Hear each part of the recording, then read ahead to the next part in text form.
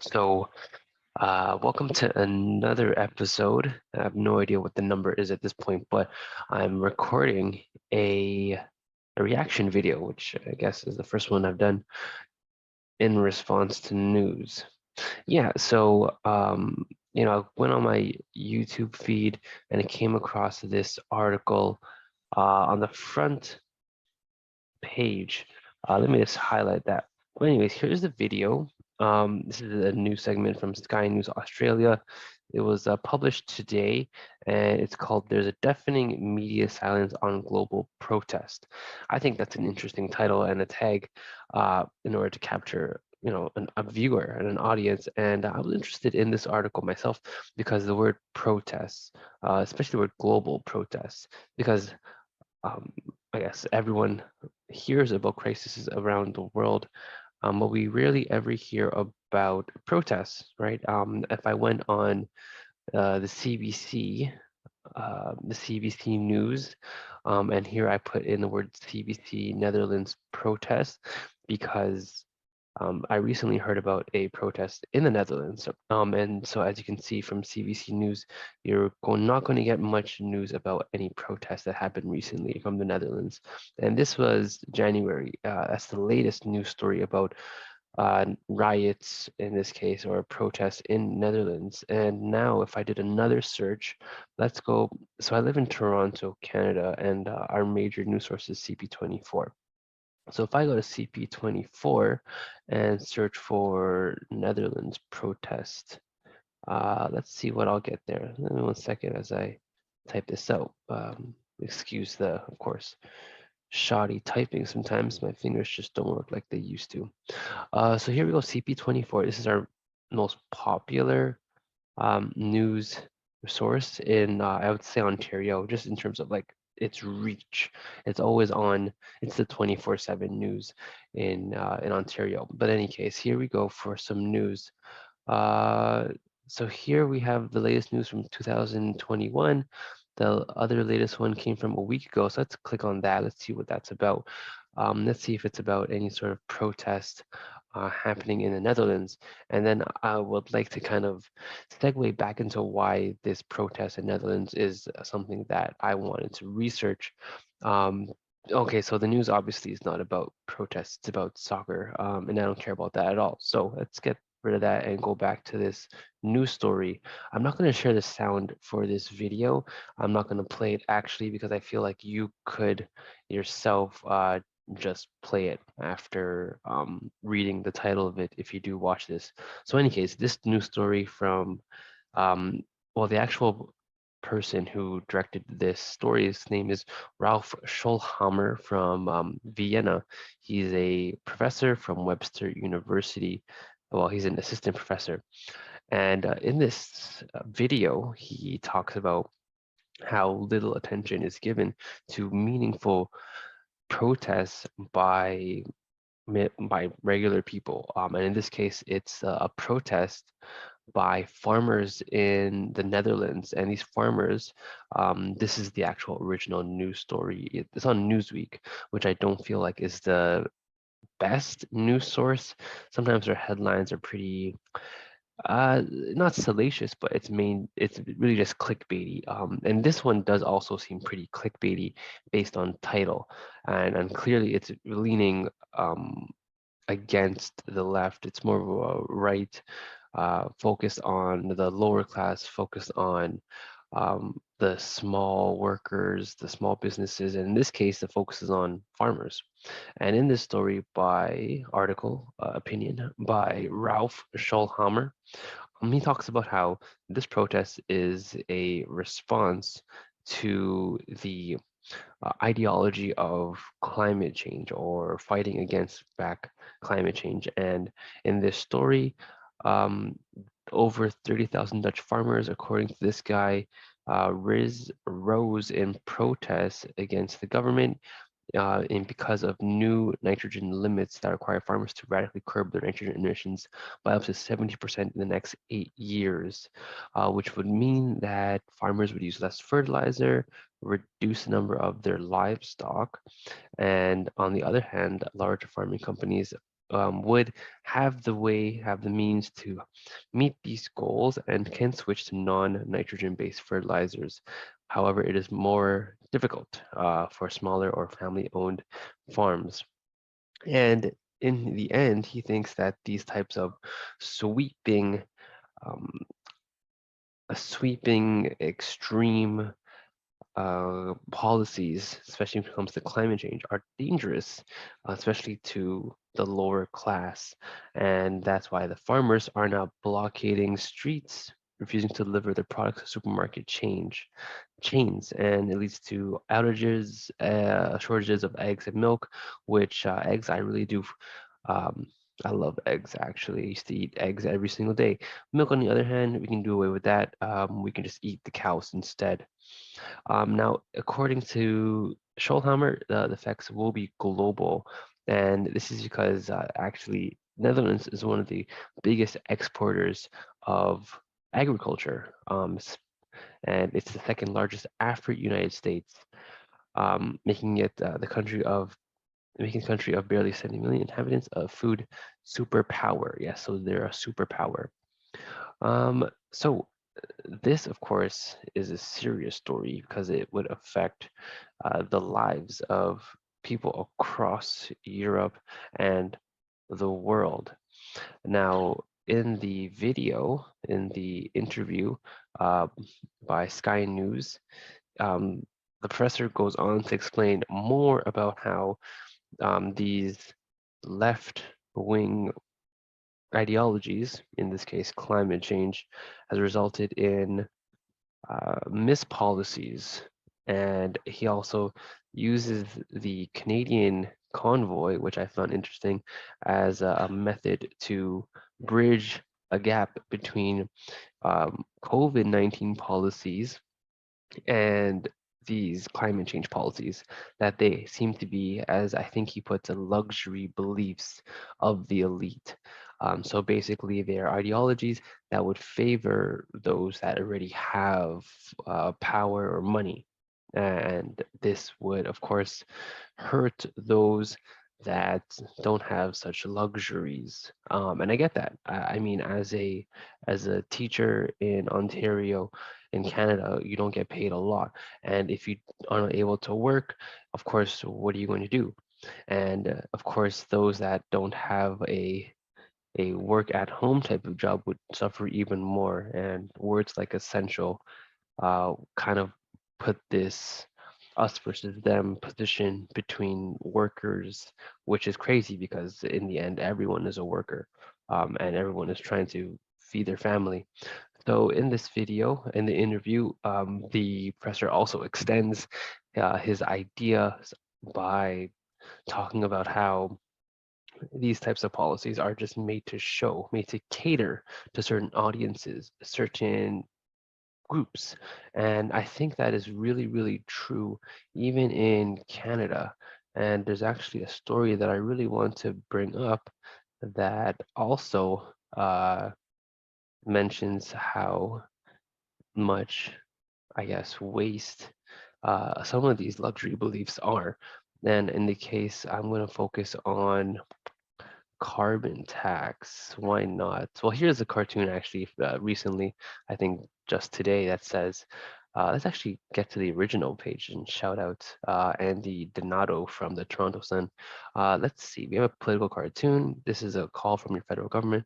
You have overpaid your carbon tax. If you would like a refund, press 1 and speak to an agent. If not, press 2. Where have you heard this scam before? Ooh.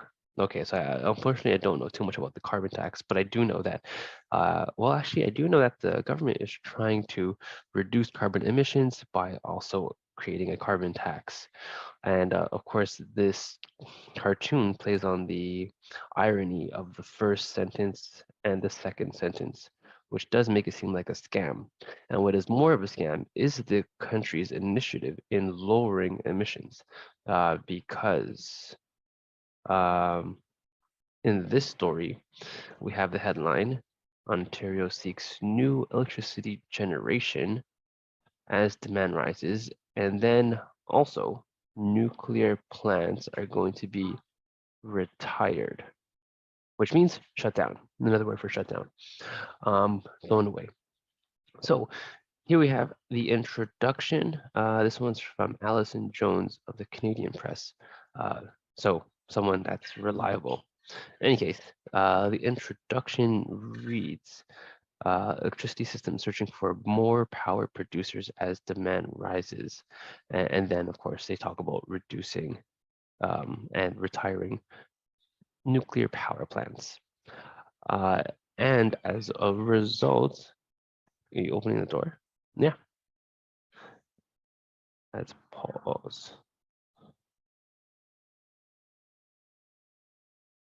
All right, I think we're recording again. Let me just double check. Yeah, okay. So, yeah, I just had to open or move a car for my aunt, but now we're back. So here we go back to the share screen.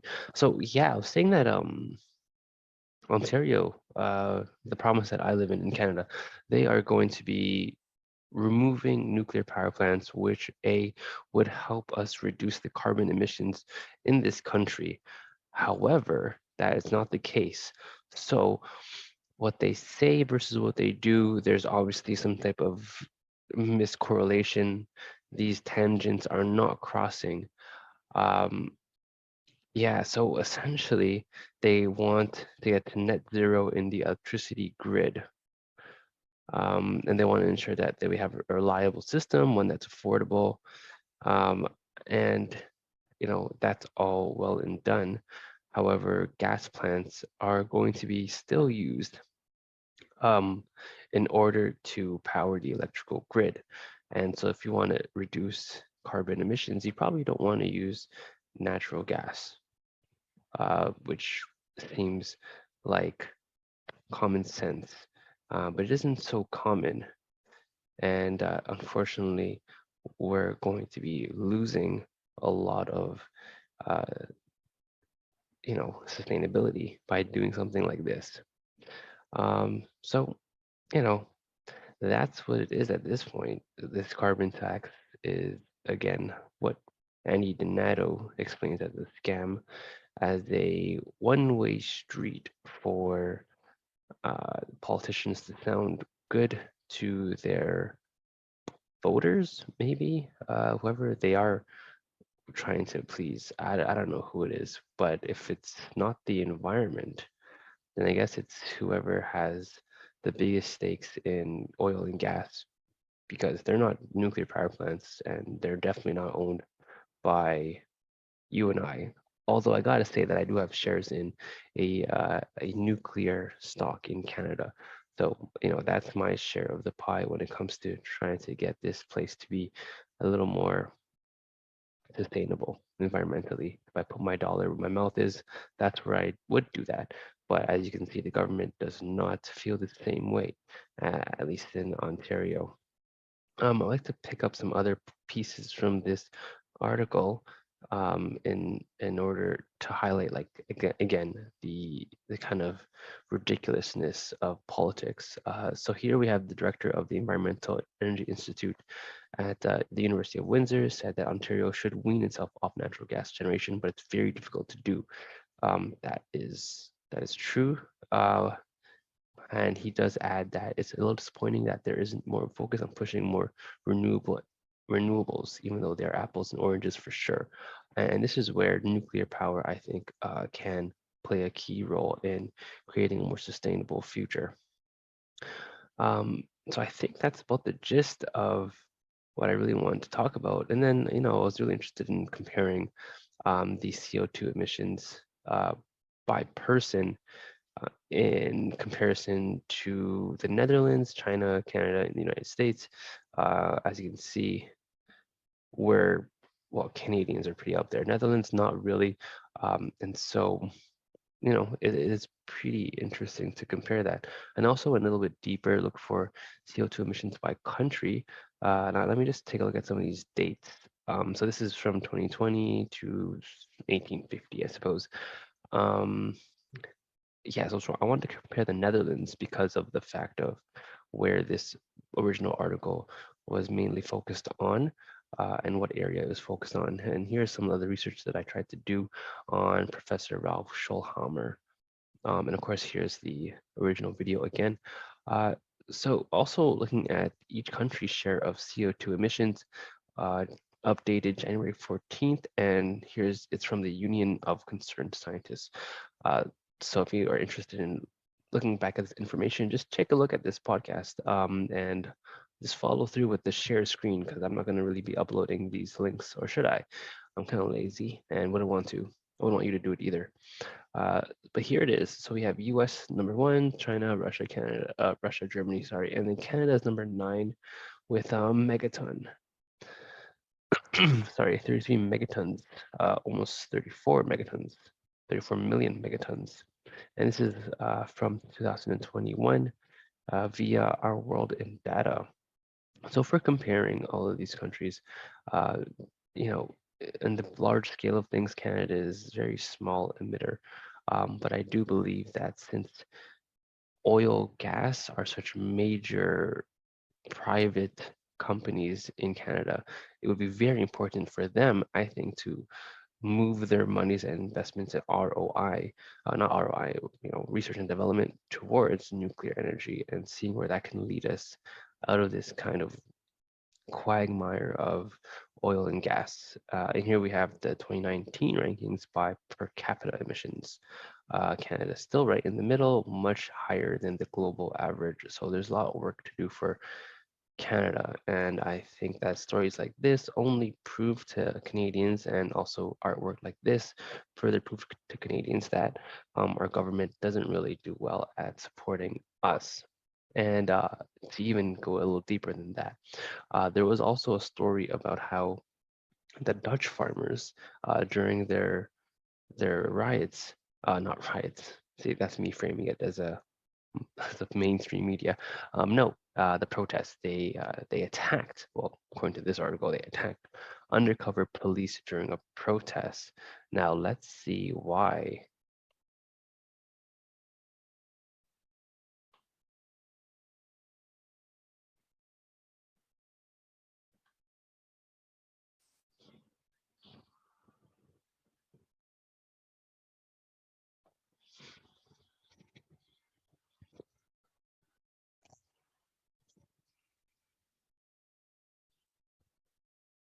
Wait, so hold up. Is that a tractor flying above people's heads?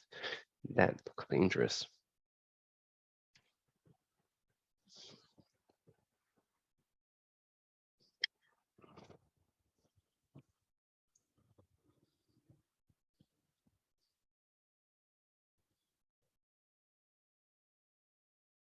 All right, so according to the police, there were shots fired during the protest at about 10:40 p.m. Or warning shots were.